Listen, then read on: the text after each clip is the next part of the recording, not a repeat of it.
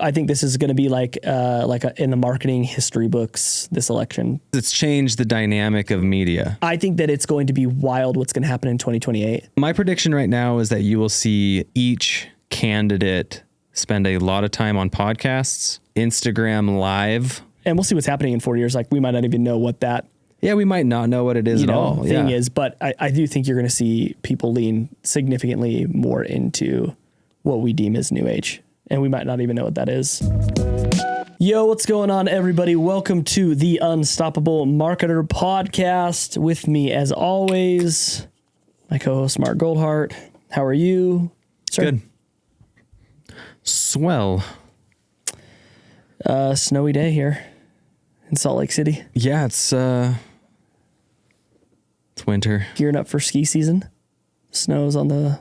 I've been looking at the ski reports for how many inches of snow every resort's getting.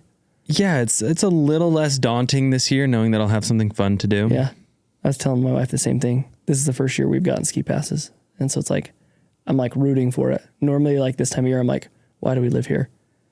You know. But this year, you're like, hey, we can do this. Let's get the snow going. And I have a snowblower now too.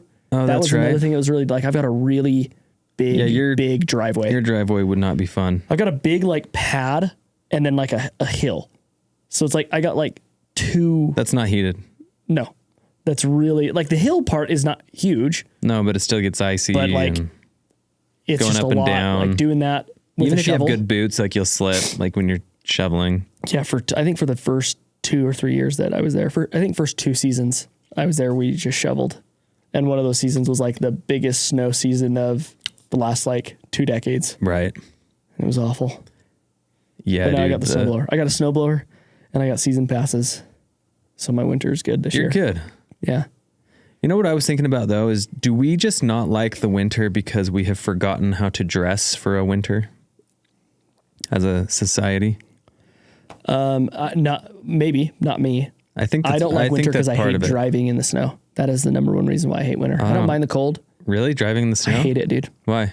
It just gives me so much anxiety. Oh, I don't mind it. I like it. Only because you don't have that male urge like when you see a snowstorm hit at late at night and you're just like, I just want to go drive.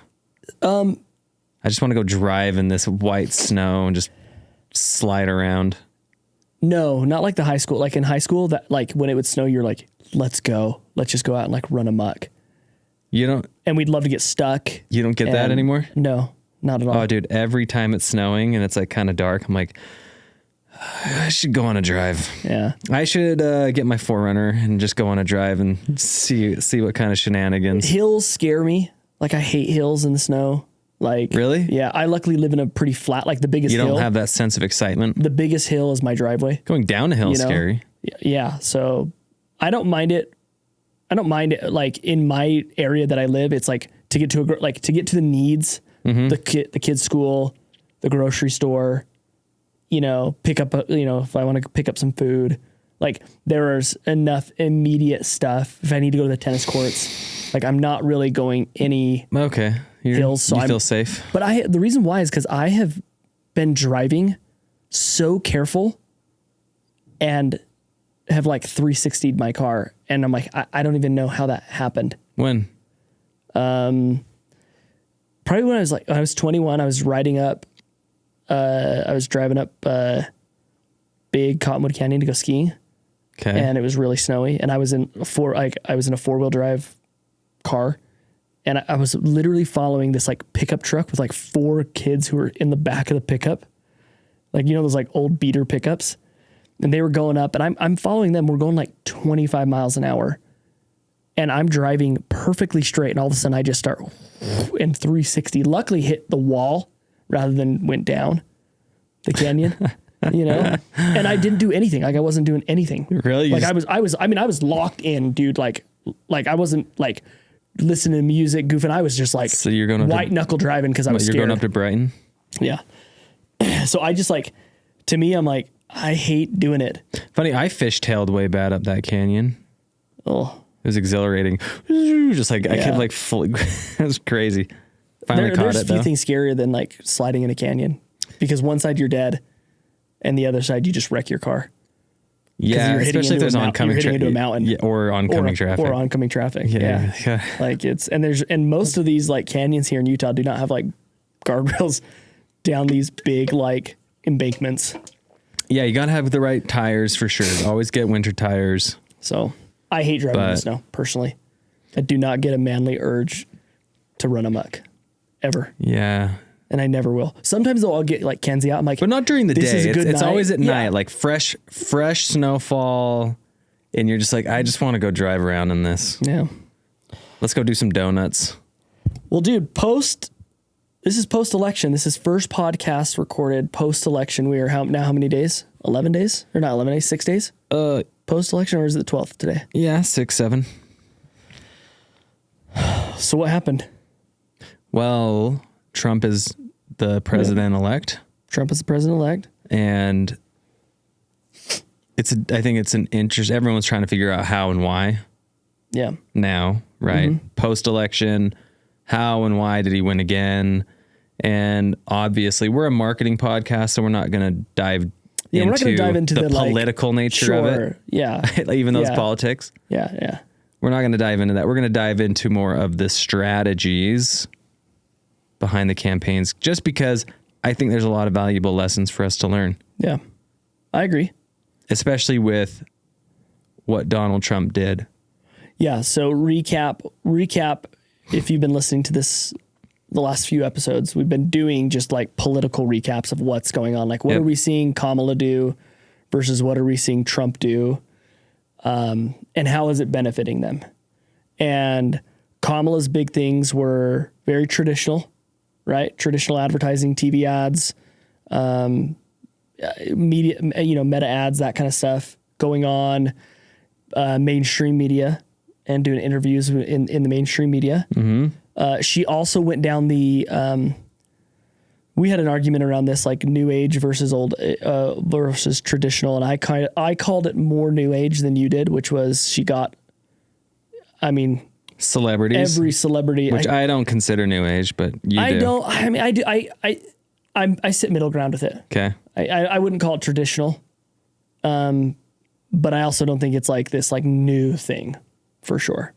So I want to say she ended up getting like, somebody told me the numbers, and maybe Grayson, you should look this up for us. But of all the followers, I bet if you just typed in like Kamala celebrity endorsement follower count, and I want to say it was like 10 billion followers total together or something like that. Nah, that's crazy. Maybe it was like 2 billion. 10 billion's a lot. But so she went what's that? Yeah. She went the celebrity route and got those like tons, right? Between like Oprah, Taylor Swift, Beyonce. Yeah, I guess Eminem. The reason why I don't consider it new age is just because the celebrities have always existed and have always had followers, but the followers have changed the medium through which they follow their celebrity. Like celebrities, they've always had fans. Yeah, and you mean right? Well, followers, like they would. The fans would follow them. They would follow them through magazines. Right. I'm just saying now they follow them on Instagram. Followers, with social media. So, but here's the reason why it's a good conversation to have, right? So if we're looking at age demographics and how things have shifted since, let's just go to 2016. I think the reason why we want to go back to 2016 and not really 2020 is because 2016. That's really your Instagram boom years, right? So this is where new age media starts accelerating podcasts. Yep. The Obama, a friend of mine who actually worked in political campaigns, he pointed out that Obama did an awesome job with podcasts back in 2008 and 2012. Okay. Interesting. Because podcasts used to be a big thing. I mean, they started growing back in 2008 to 2012, and Obama did an awesome job. And he lapped Romney in podcasts back in 2012. Okay. He was the incumbent at that point, but still, he did a much better job of doing more of this like new age, direct to the listener type interviews and podcasts. So anyways, the age demographic back in 2016 for 18 to 29 year olds, I think this is really interesting. 18 to 29-year-olds was plus 19 for Clinton. They were plus 24 for Biden. They were only plus 11 for Harris. Right? Very interesting. So Trump almost gained plus 8 or 8 points in that demographic. But that, I mean, even more so if you're looking at the Biden years. I mean, plus 24 all the way to plus 11. Yes. That could be enthusiasm. I don't know. There's a lot of things to look into. But on CNN, they were interviewing people in line, I believe in Arizona, and it was like a lot of college-age kids. And quite a few had mentioned the Joe Rogan podcast as the reason why they were backing Trump, because Harris didn't go on it. Yeah. Yeah, that was an interesting call. Very interesting. So, new age media and digital marketing and the way we present our brands, the way we present ourselves, I think this authenticity that we always talk about, some people are getting the sense that, hey, even though they don't like the guy, they voted for him because they know what they're getting. Yeah. There's so much distrust for the mainstream, quote, news or media, kind of this presentation of something. Yeah. That it doesn't go well with the younger demographics like it used to. Yeah. So maybe we're seeing a shift in the way the younger demographic wants people presented to them. I mean, AOC, she's very popular with that demographic. Yeah. The congresswoman from New York. Yep. She's always on Instagram Lives. She's always doing things that seem to be more authentic. Mm-hmm. I think people kind of know who she is. I don't think she's, whether you disagree with her politics or not, I think you know what you're going to get from you're going to get from an AOC. Right.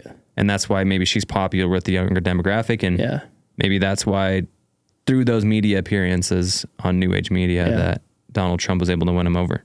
I think the other thing... Not totally win him over, but shift it dramatically. Sure. We'll shift it enough to win the popular vote. Right.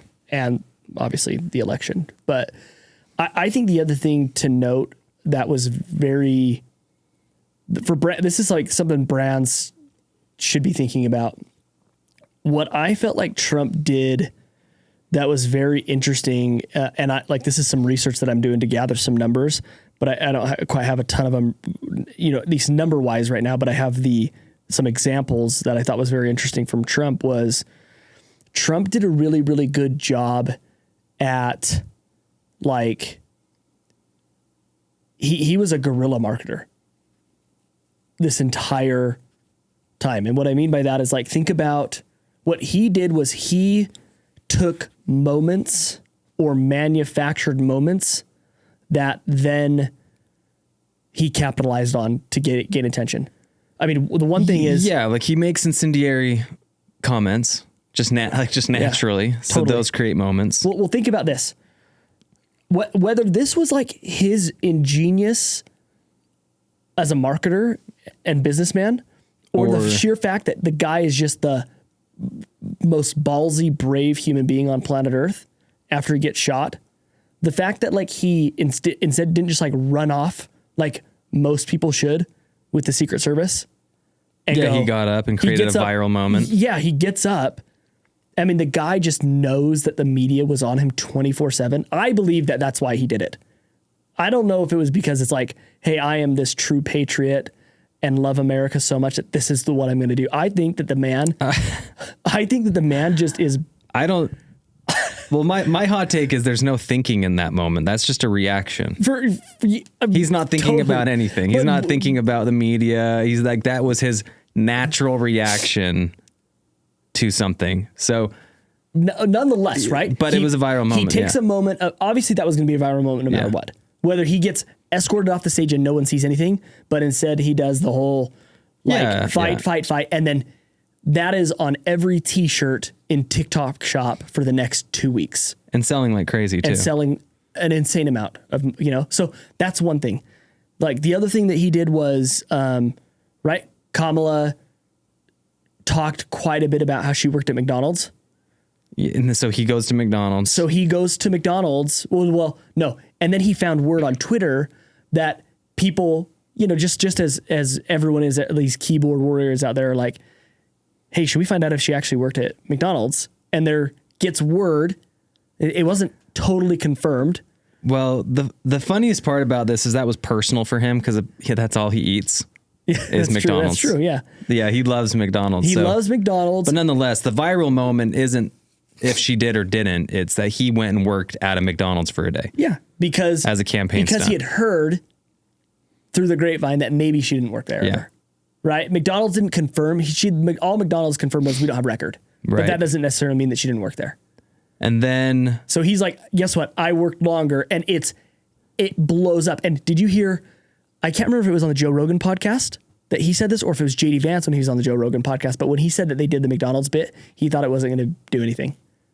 Like I think it was Joe, or I think it was on the Joe Rogan podcast and Trump. He goes, when we apparently Gen Z loved it. Yeah, he's like, I thought that it was going to be stupid and that we weren't going to get any attention, and it was the thing that was trending on social media for like 2 days.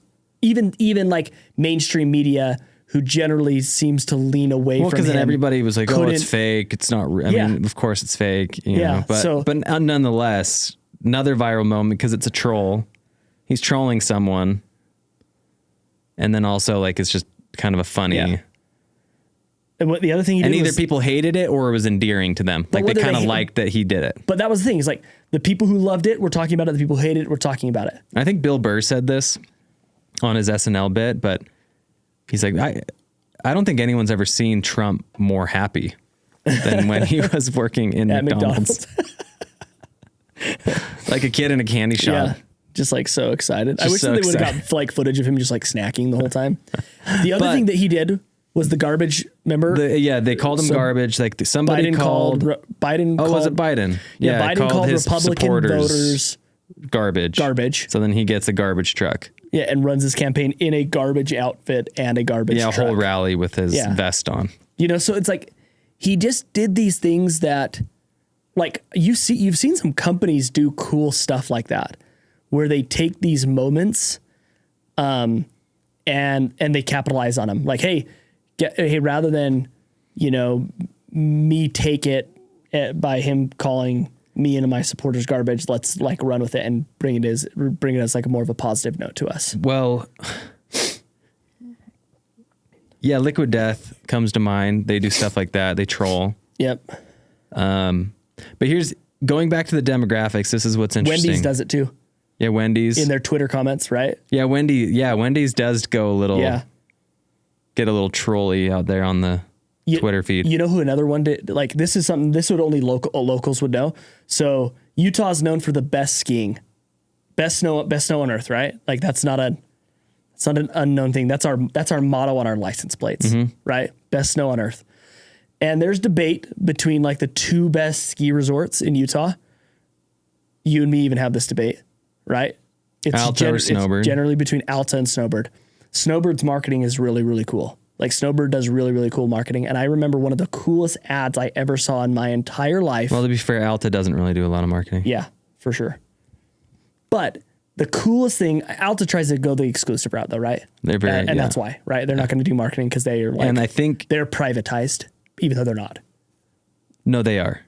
Well, if I remember right, I think they're the only family-owned one still. Well, what I mean by privatized, like they act like they're a country club, like no one can get in, but you can, right? Except for unless you snowboard. So there's some exclusivity. So one of the best ads I've ever seen to date in my life, and it was a billboard. They made it their entire campaign. This was maybe like 5 or 6 years ago. But somebody left a message, a negative review. It was a 1-star review, and it said, "Powder was way too deep. They need to like groom their runs," or something like that. And they put that as like their main campaign. Is this 1 star out of like 5.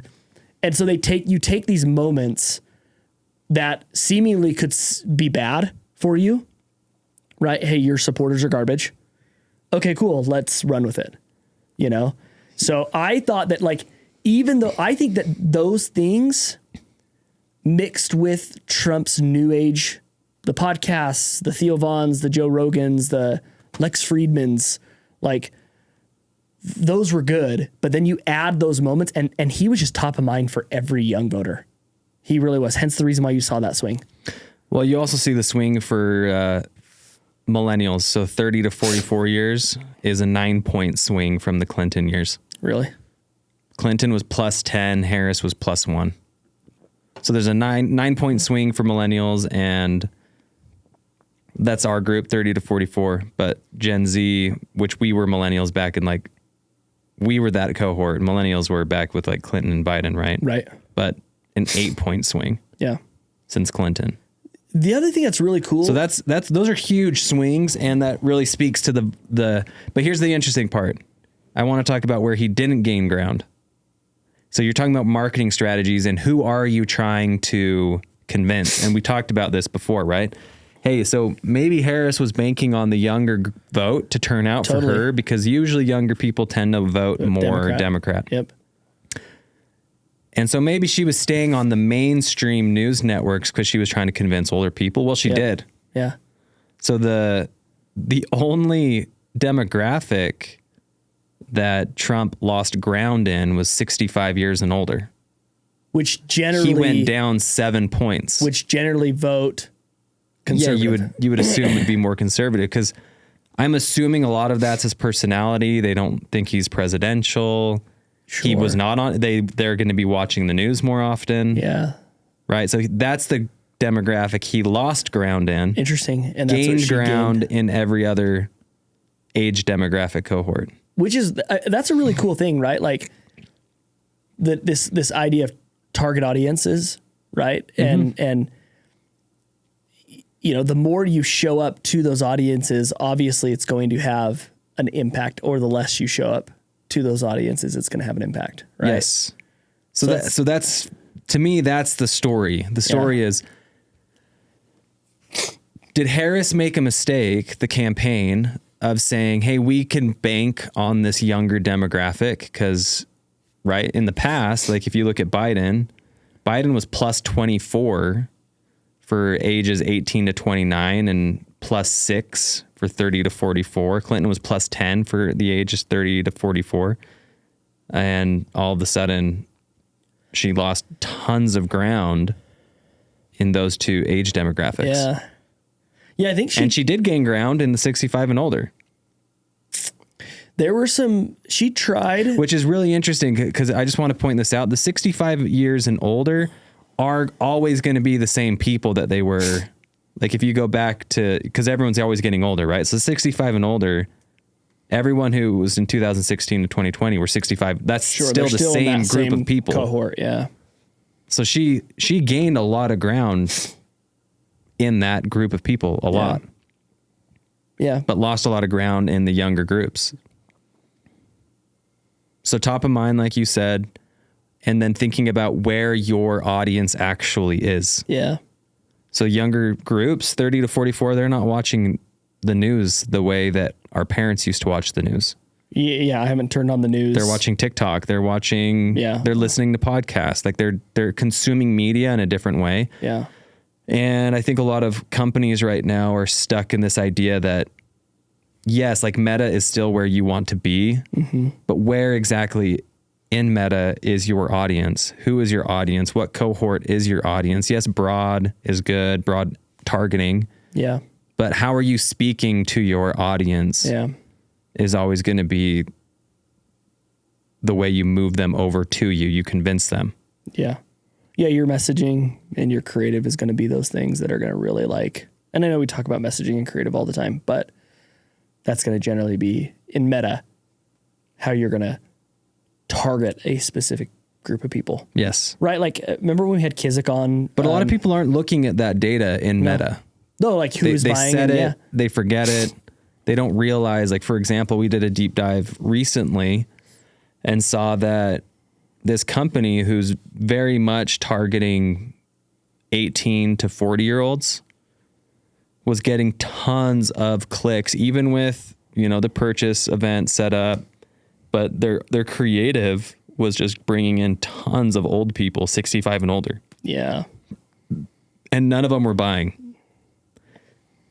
So their performance tanked. Yeah, it was interesting. Their click performance, everything looked great, but on the Meta side, but it wasn't converting. Yeah, their efficiency metrics on the 65 and older, they were just going crazy over this ad. Yeah. And it didn't work. Yeah. Yeah, very interesting thought. Like sometimes the creative can be so good, but it's filtering into the wrong audience, you know? I even think, I think when we had Brett Swenson on from Kizik, like he talked a lot about this with, in Kizik's early days, they were selling to, they found out that they were selling to pregnant women. Like slip-on shoes were really, really great for pregnant women, so they weren't having to bend over. So what did they, like, it's not that they dove deep into a pregnant woman audience. They just created content that showed pregnant women putting on their shoes, you know, and the messaging around it. And that's what targeted. So they're not going to get 65-year-old women who are seeing that. No, because they're just showcasing. Yeah. Because pregnant women are going to start clicking on that. Therefore, Meta is going to start to find people who are more in this 25 to 35 year range, which are your like primary childbearing years. Which you're still going to get old people buy from that. Yeah, of course. You're going to have outliers, but don't. Yeah. Like totally. How you create messaging around those outliers, right? The other thing that I wanted to bring up around this guerrilla kind of, guerrilla's tough because it like sometimes it's not very strategic. Like you almost just have to be extremely creative. But something that I'm hearing now, I have not done the research, but something that I'm hearing is that Biden spent, or the Harris campaign spent a significant amount more than the Trump campaign did. Yeah, I haven't seen the exact numbers. It's a 3-1. Okay, so she outspent Trump 3-1, or the campaign outspent Trump's campaign 3-1. Grayson, do me a favor and go to Google Trends. And she had over $1 billion in the coffer. Yep. And I believe Trump was like 350. Well, Trump has his own personality that just naturally gets a lot of attention. Yep. But the other thing that we're not talking enough about is he was using other people's audiences, right? So shared audiences with podcasts. And then obviously he has someone like an Elon Musk who demands a huge audience because Elon owns Twitter. That's also going to be a way to move some sway and gain attention. Yeah, totally. So look at this. I mean, if I just go, let's just look at the last 12 months. Let's go last 3 months actually. Yeah, for the most part, there's a lot where they are neck and neck, but for the most part, Trump tends to outweigh Kamala in some of these Google rankings. And so, well, because most of her money went into those traditional means, right? Like it was, well, that's what I wanted commercials, to bring. Appearances, celebrities, performances. Like it was, that's where a lot of her money went to. Yeah. We go into the same staff. Yes. Sales follow search, right? We've talked about that. And he had more search with 30% less, or no, like 60, 70% less spend. But he had probably so much more attention because of these. Not probably, he did. Yeah. Because of these bad and good. The shared media. Yep. And the manufactured moments. And so the other thing I wanted to bring with, like, if you can, for brands who are either strapped for cash, like you don't have a lot of money, or two, you might be in a very saturated world, right? CPG, like very, very saturated space. Like pretty much everything in CPG is saturated. The clothing space, right? Also very, very saturated. Yes. Clothing, CPG. Those, like, getting creative with your marketing outside of just meta ads. Once again, we run meta ads for a living. So it is still the best place to be, but sometimes it's not enough. Well, if it's the only thing you're doing, exactly, it's going to be hard. And we have some brands that is the only thing they do, and they do very well. Yes, they do. Right. But they're different enough that it makes it work. Yes. Right. Yeah. They're niche enough. They have a niche enough, either product or audience, that it works. But sometimes, like I said, like if they're willing to do things that might be more edgy to catch attention. They're willing to kind of forego certain things. Yeah. They'll draw lines get in the the sand. ads to perform. Yeah, exactly. But if you're a brand out there, then these are things you need to be thinking about. yeah, whether you like Donald Trump or not, we're not saying to support him from a political perspective, Sure. but there are some really good marketing lessons to be learned here. Fantastic marketing lessons to be learned here. And you can take those and use them in your own business. You can benefit from his strategies. One more thing I want to bring up, that's an interesting thought is, and I'm seeing this happen a lot on in Twitter, is people are saying celebrities don't have the sway that they used to have. Well, not the selling sway, because we see that in influencer marketing. Yep. And I want to talk. Influencers don't sell the way they used to sell. Yeah. So I think that I want to unless it's a good fit. Yes. Okay. So that's what I want to rephrase here, right? Because I'm seeing tons of people like celebrities can't sell anymore, and the fact of the matter is that that's not entirely true. It depends on what they're selling. Yeah, like Ryan Reynolds sold Mint. Great. Yeah, for sure. That was a good fit for him. Yeah, and you have some celebrities who sell like tequila, and it's like so. Just like so, let's take J-Lo, okay? Yeah, I don't. The celebrity selling alcohol thing. It's like alcohol sells anyways. Sure. It's one of the longest, most storied industries ever. Yeah. Fair enough. I don't like to use those, but I think Ryan Reynolds and Mint Wireless is great example of, hey, he took that brand, grew it through marketing and using himself in the marketing. Yeah. And then he was able to do $1 billion cash out, right? Yeah. We'll take let's take J-Lo, right? Because she was one of Kamala's supporters. Like, I don't really follow her enough, but to my knowledge, she is not talking about things politically. Ever. Like her audience does not come to her to hear what she has to say about how to make their world better. You can argue that no one follows any celebrity for that anymore. Yeah, for the most part, yeah. Now, tell me that. So one thing J-Lo is known for is how she's like 50, but looks like she's 30. She's obviously has an amazing beauty regimen. Yeah. So if she does a collaboration with Jones Road Beauty, it would probably do great. She'd probably crush it for him, because it's like, hey, every 60-year-old and 50-year-old woman and 40-year-old woman wants to know what she's doing to make her face look the way that her face looks, right? If she were to come out and be like, I don't do Botox, but this is what I do, it'd be crazy, you know? But take like a Joe Rogan, on the other hand, all he's talking about is directly and indirectly politics. Yeah. Like he's talking, especially over the last 4 years, environmental stuff. I mean, he's just talking about, more philosophical. I don't know if that's the right word to say.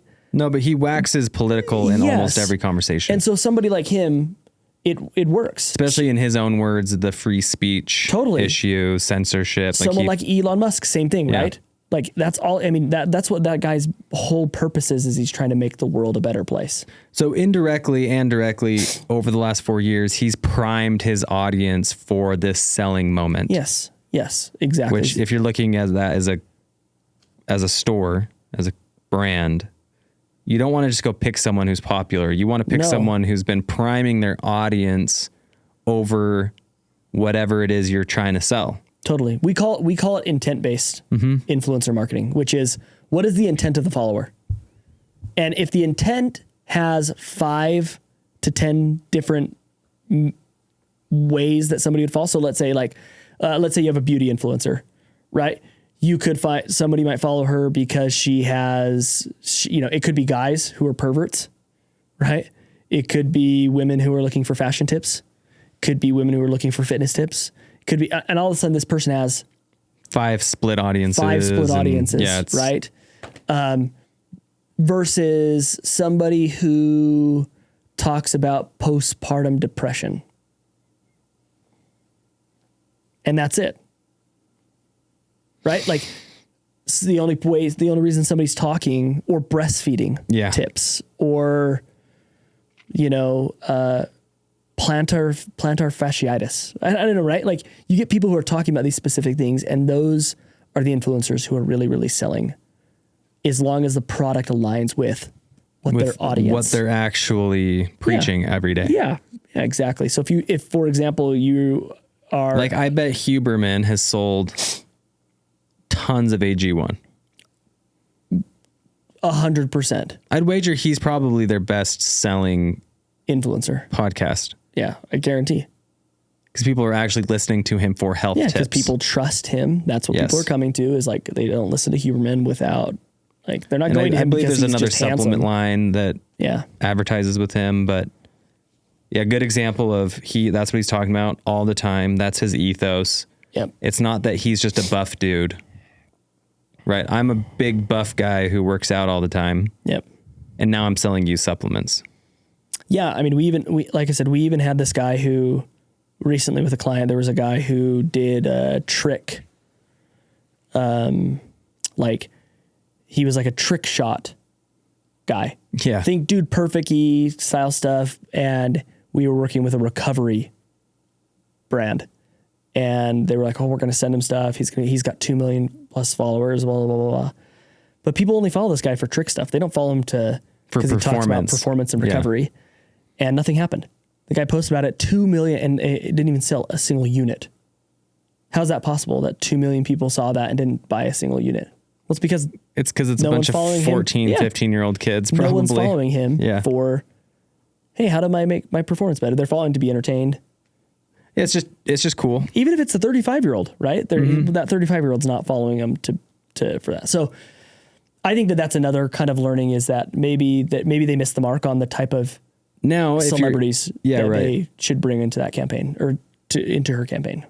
Now, if you were selling to somebody who was not going to have a lot of followers compared to a trick shot guy, but would probably sell more units, would be somebody who is a online marathon coach, or a Peloton trainer who's like a running trainer. Totally. Like that person could have 3,000 followers. Like nobody's like units. People might follow him because they're attractive or they're cool or whatever, but a lot of them are following those people because they want running tips on how to run further or whatever. Yeah.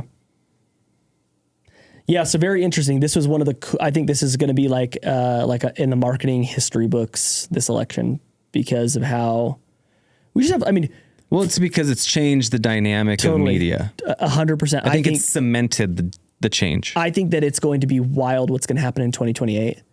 My prediction right now is that you will see each candidate spend a lot of time on podcasts. I think you'll see a lot more Instagram live, Twitch streaming type streams. Yep. From candidates. We'll see what's people in there. And we'll see what's happening in 4 years. Like we might not even know what that.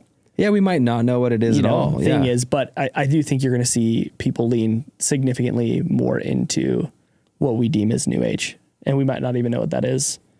And brands are shaping the new age. I think that's what's interesting, right? These social media channels are always shaped by the way brands use them. And because brands are the way those companies can actually monetize those social media apps. So yeah, I totally agree. You guys are going to be shaping the future in a way. But speaking of that, I was going to say, if you guys want to stand out,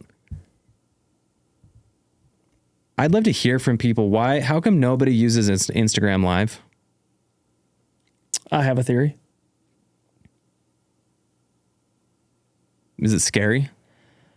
Or is they do it once and then it just, Maybe. I didn't get a lot of... I have a feeling that as somebody who used like Instagram Live... Because it's the only way to show up first. As somebody who used Instagram Live, like in my early days of content creation, that it was the catalyst to my growth. Now, I'm not big. So like when I say growth, it's like my follower count is not that big. Yeah. But the catalyst to get me from 1,000 followers to 10,000 followers, back in the day, that was like the goal. Like if you can be 10,000 followers. Yeah. Because what was the reason why you wanted to be at 10,000 followers? The blue check mark. No, I don't think. You got like a creator. Yeah, it was something really. Yeah, you could be right. Anyways, it was IG Lives, but I think what happens with IG Lives is we are so conditioned in vanity metrics right now, How many views did I get? Right? Those kinds of things that when you go on IG Live, you really don't have a lot of people who watch. Right? Like, because it's like 50 to 150 people, and they kind of like, well, and that's depending on how many goes people. Up and down. Yeah. Like when we did this, we went live for our 100th episode, and I think we had like, I've got almost 40,000 followers, and we only had like 200 people. Maybe it was 300 people that watched like were in and out. But at any given time, there's only like 10 to 15 people, right? Because you have people who are there for 5 minutes and then they hop off and they jump back on. So I think that that's something that like people get like really mentally bent out of shape about, is that they hop on and they feel almost like, oh, this is going to look bad. I have 300,000 followers. This is going to look bad that only 50 people are on it. Yeah, that's a good point. That's my theory. So instead of looking at it as a way to tap into your engaged audience, they're trying to, and maybe that's the problem that a lot of brands have right now, is like they don't understand that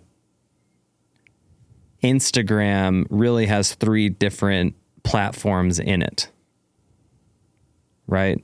Like posting on your feed is not the same as posting a reel or a story or doing an Instagram live, and they all kind of have their placement in the funnel.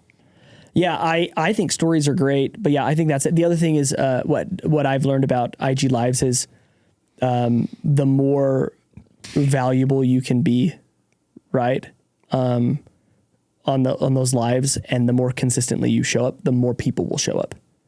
Right. So if you go my first one, if I were to do my first one today, I'd have 10 people on it. The next week there'd be 12. The next week there'd be 20. And there'd be 20. You know what I mean? Like that's generally what happens too. Because then it needs to have a cadence to it. People start to like, and that was really cool. Like whether it's... Because that's what Lulu and Rue did. Yeah. She created a cadence with new moms. No, Lulu and Co. Lulu and Co. What did I say? Lulu and... Rue, yeah. Oh. No, Lulu Utah and brand, Co. that sounds similar. But yeah, Lulu and Co, she did that great, yeah. Yeah. And she still doesn't get like a ton, but she knows... Well, a ton compared to what their total follower count is. Yeah, but she knows how important those women are that go on every single week with her, like, so it's a cool thing. It's just, sometimes we look at the numbers and we don't think it's worth it, when oftentimes it is. The thing about a live though is it's not necessarily the amount of people that are on there, but it's a way to directly connect with your audience in a real way, right? Yeah. It's real-time connection. You can get real-time feedback in a way that you can't get any other place unless you want to go meet them. Yeah, totally. Yeah, I agree. I think lives are cool, man. I think they're underrated. And I also think they're like, no one uses them. So it's a way to be different, slightly different. I think so too. You're not going to get crazy amount of exposure. It's not going to be the thing that changes your business. No, but it's a way to, but it's one of the things that will, right? Business changing is generally not one thing. It's generally 20 small things. So to wrap it up, new age media, what kind of new age media are we going to see over the next 4 years? What should brands be preparing for in 2025? Do you have any predictions?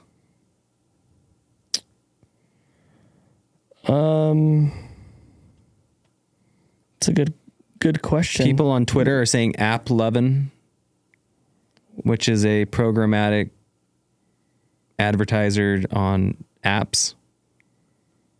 Place your ads on apps. Interesting. People are claiming app lovin' is a good place. I think that I don't have a ton of experience in it, so I'm not going to say it's a great place yet, but I mean, you sent me a message the other day that said like Twitter's offering Shopify brands. Yeah. Well, like X has seen a huge jump in engagement. Have they figured out the ad platform? I don't know yet. But essentially they're offering like a 1-to-1 ratio up to $100,000 payback. Yeah. Yeah. So if you spend 10 grand, they'll give you 10 grand in ad credit on X during November. Oh, was it just for November? Yeah. But so I think that, I mean, Elon's even talked about this, like their ad revenue is not where it needs to be because they had such a big, what was it? Not the ban, but the boycott, right? That got a lot of the advertisers off the platform. Boycott, but also I just, like Twitter never had a good ad game ever. So there's Twitter or X before or after, it's been bad. There's some opportunity there, maybe more so with male focused brands than female focused brands, I think. I think there's always really good opportunity will TikTok figure it out? I mean, I think TikTok has figured things out on the shop side for specific brands. And just as time goes on, brands will... But as an evergreen channel, do you think it'll figure it out? I do. Yes, I do. I think that in the early stages of selling on Instagram, like Instagram ads, people hated Instagram ads. They used to trash on them all the time. When was the last time you heard somebody trash on seeing Instagram ads in their feed? Right now we're in the stage where people trash on seeing... Oh, I feel like I'm seeing a but I'm just sponsored- saying the performance in general, like the performance of Instagram ads seemed to always work back in the day. It was not hard to get performance on Instagram. Yes, I agree. I agree with that. But TikTok has been very volatile. Yeah, but I it's think very brand specific. It's very audience specific. I just think that eventually platforms wear people down. I think the reason why people got really bugged with TikTok is because, hey, this is my escape from ads, right? Like I'm used to seeing that on Instagram. Don't sell out like Instagram. Now you're selling out. And so people have almost like not boycotted buying on TikTok, but they've just been less inclined to do it because that was not the platform that was meant for it. But I think as time goes on, it's going to wear people out. That could be possible. So I think that TikTok is going to be a better place to advertise personally. Yeah, I think it's just a matter of algorithm and yeah, I think they've got work that they need to do. And if you can make a creative last longer than, a week. The other thing that I do want to bring up as a prediction, and we can end here because I know we've been going for a minute, is in the early days of Instagram, not the early days, but in the like 2017 to 2001 stage, affiliate marketing was very popular. Like people really liked the idea of it, but big influencers were not into it. Like I remember sitting down with like 10, I don't know if you remember this, but I remember. Oh yeah. They wanted just paychecks. They wanted just paychecks, right? So I would say, hey, that wasn't performance based. Yes. I would say, hey, but what if you could, we'll pay you 20% and like you could make $20,000 rather than 10. They're like, we'd rather just have the $10,000 right now. I was like, it was like 15 girls. We took them out to dinner. They all had over 1 million followers and not a single one of them had any interest in affiliate marketing. Where now all of them are doing like to know it. Yep. Where now I was just with one who's got 2 million followers and she's doing affiliate stuff like crazy because brands aren't willing to fork over big paychecks anymore. So back in 2018, 2019, whenever I had that meeting, brands were so willing to just throw money and it was working for them and the influencers just based off how people were consuming content. Now it's not as much. So these big influencers, they're still crushing it and getting money, but they're so much more open to being an affiliate for even these really small brands. Like, so I think that you have opportunity to reach out to influencers that you may not think you'd have you're not as you're big enough to work with them. I think you have the ability to work with brands or influencers like that and pay them a commission because as long as they're going to sell and make money, they'll do it. And so I think a lot of these influencers' eyes are opening up more to affiliate stuff and being so which naturally helps open. Product market fit too, right? Because they're going to self-select for things they think they can sell. Exactly. And and affiliate marketing is really nice, especially for brands. It's nice for every brand, but it's really nice for brands in those early stages because you don't have the money to just say, hey, here's $5,000. You don't have 20 grand to throw to somebody. But you can pay somebody $5,000 if they sell $15,000 or $20,000 worth of stuff for you, right? Yeah. Like that's a really easy check to write. So it's hard to write a check for $5,000 and hoping that they're going to sell 20 versus the other way around. So I think affiliate marketing, I know it's not anything new, but I think there's more opportunity to mess around with that. Yeah, I think so. But you have to have a team who's going to do it right. Can't be run by itself. So that's some food for thought. Well, good luck, everyone. It's Black Friday season. Yeah. We're not going to talk a lot about Black Friday because it's going to be over by the time you're listening to this pretty much. Yeah. Yeah. Like you either got ready for it or you didn't. Yeah. If you're not ready, here's 3 quick tips for if you are running this. Don't turn off your evergreen creative. Yes. Never turn off evergreen. Don't turn off your evergreen creative. In fact, put more money into it. Run them side by side with the BFCM content. Number 2, don't test during this time. Not a time to test. Well, I mean, you can do a little bit of but don't test new landing pages. You don't need to like do a bunch of testing. It's just people are trying to buy something on discount or they're not. Yep. Like it's kind of that simple. So if your sales, we like to use 1 day click conversion on like sale ads. Yep. And especially for sales that are under 7 days. Yep. Exactly. So which majority of people are going to, unless you're running like a month-long sale. Yep. Also, if you are, not the best idea. But 1 day click is what you want to optimize on. And then number 3 for me, do not use discount codes. Don't make your customer put in a discount code. It just have it auto apply. Yeah. Or just mark it down. Either way, like either mark everything down so it shows the slash was $100 is now 70, or just have an auto promo code. Auto apply discount. Because when you have to, sometimes there's something on the mobile device that if you have to put a promo code in, it like doesn't allow you to do Apple Pay. And a lot of people are paying with Apple Pay. So don't do promo codes. Like there's this argument we get from people all the time who are like, but I think people like to like see it cut down. And it's like, we have not seen any evidence of that. I don't think so anymore. I think maybe in the early days, yeah, sure, of promo codes. But now promo codes are such a thing. So don't do it. Evergreen ads, keep them up. No big testing. No promo codes. Auto apply. Or markdown. Yep. All right. Okay. Break. Merry Christmas. Happy holidays. Happy holidays. Or I guess it's Happy Thanksgiving. Yeah. First. Yeah. All right. We'll see you guys next week. Thank you so much for listening to the Unstoppable Marketer podcast.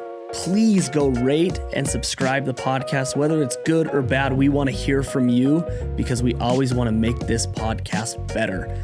If you want to get in touch with me or give me any direct feedback, please go follow me and get in touch with me.